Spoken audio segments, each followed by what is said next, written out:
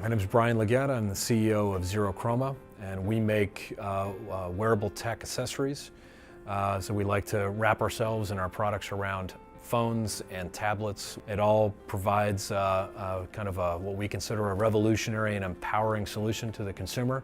And what we like to be known as is something beyond protection and style, and a brand that actually brings a solution that morphs with you or adapts with you from 6 a.m. to midnight, and take that device and weave it into your day and your activity so that you're more productive, have more fun, happier.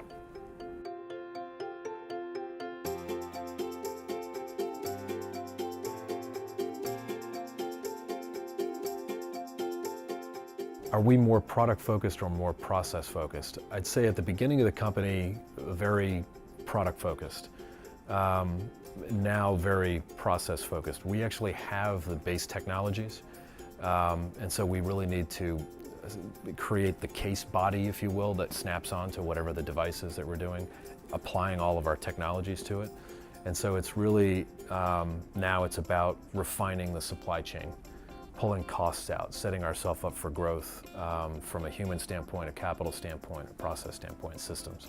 You know, Apple may put the phone into a watch completely, and there will be no more phone, and it'll project something on the wall if you need a bigger screen, right? That can happen, right? Anything can happen. So now I'm paying attention to what's happening in the market and trying to look 5 years out. So everything that I'm doing right now and have been doing is with an eye for what the market needs 5 years from now. And if I start to see something change, I'm gonna move.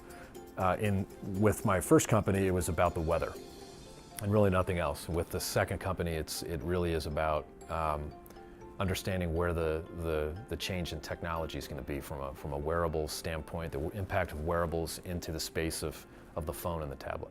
This business has a 6 to 7 month cash cycle.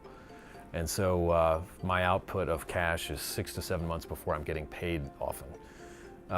And so managing that process is difficult, especially inside of growth. It was the issue with 180s, it's the issue with a lot of businesses that I've been involved with, is trying to figure out how to finance growth. I have not been in a slow growth business, which is good, but the other side of that is the need for cash.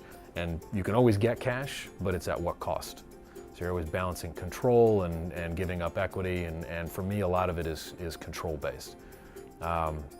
Having been through ups and downs with businesses and watched what happens with people when you trip a covenant or don't do what they think you should do with their outsider's perspective on the market. I probably have a certain conservatism about me at this point, which is tough as an entrepreneur to do that.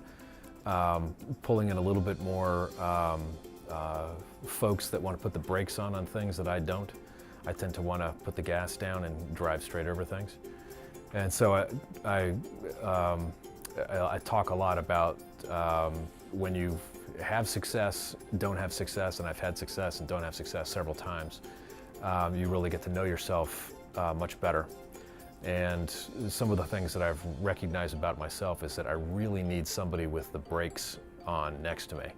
And I usually have surrounded myself with people that, you know, want to say hoorah and move, you know, down the road. And so I still need some of those folks, but now I've got a team that I think is balanced, and I'm excited to kind of take what we already have and move forward with it, and hopefully not repeat the mistakes of the past. The thing that keeps me up at night is, are you good enough to go off and do these things? Doesn't matter how successful I've been at certain things, I will constantly question that. I think that's a good thing. Otherwise, you get a big head. And I think if you believe in luck and things like that, you also get to a place where you push off why things happened, and you make bad decisions thinking about things like that.